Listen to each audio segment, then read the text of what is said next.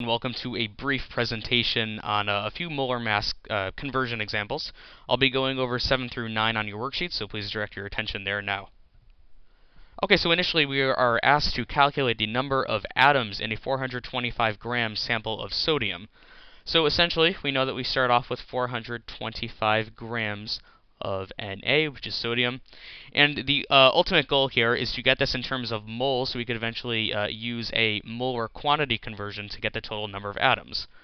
So as we're setting this up, we know that per every 1 mole of sodium, we have 22.99 grams of sodium.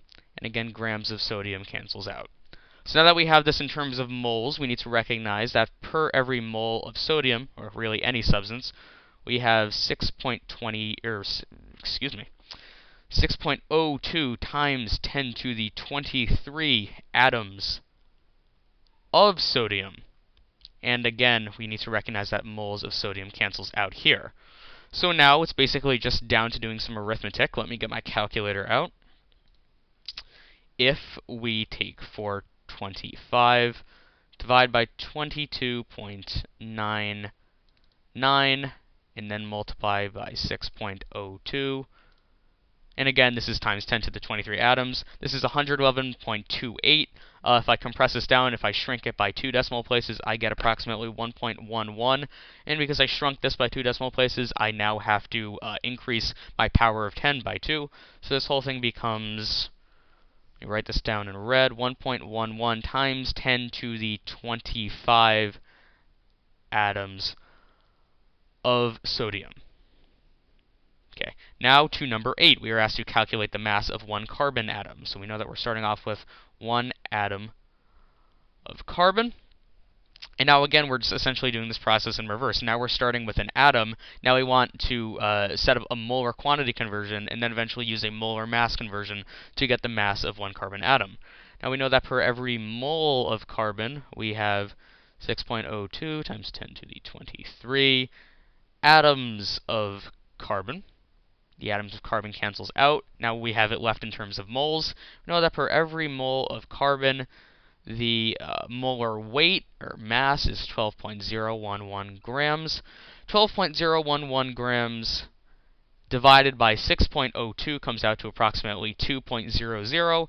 And then we have to flip this 10 to the 23 up to the numerator, and it becomes 10 to the negative 23. So this evaluates down to 2.00 times 10 to the negative 23. And again, we have this in terms of grams. Let's box this in. Let's box our above answer in as well.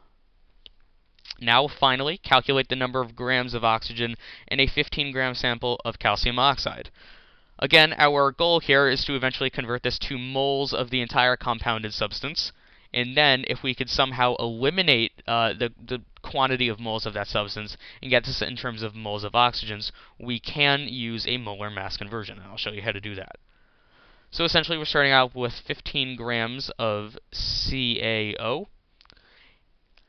Now, if we want the grams of CaO to cancel, we know that we just have to add together the molar masses of calcium and oxygen. And when we do that, we get, if you look on your periodic table, 56.079. And again, we want to get this to moles of CaO, so the grams cancel out. Now that we have this in terms of moles of CaO, we want moles of CaO to cancel, and we want to be left with moles of oxygen. And again, if you look at the formula over here, we know that for every mole of oxygen, that comes with every single mole of calcium oxide. So for every mole of oxygen, there is 1 mole of calcium oxide. So we set up that conversion factor, and the moles of CaO cancel out. Now, this is good because we have it in terms of moles of oxygen. If we set up another conversion factor, this time the final molar mass conversion factor, we get that there are 15.999 grams of oxygen per every mole of oxygen. The moles cancel out, and again, you could do the arithmetic on your own, and you should come out with an answer of 4.28 grams of oxygen. You might notice that this is not in scientific notation because we did not deal with Avogadro's number in this problem. And now we are done.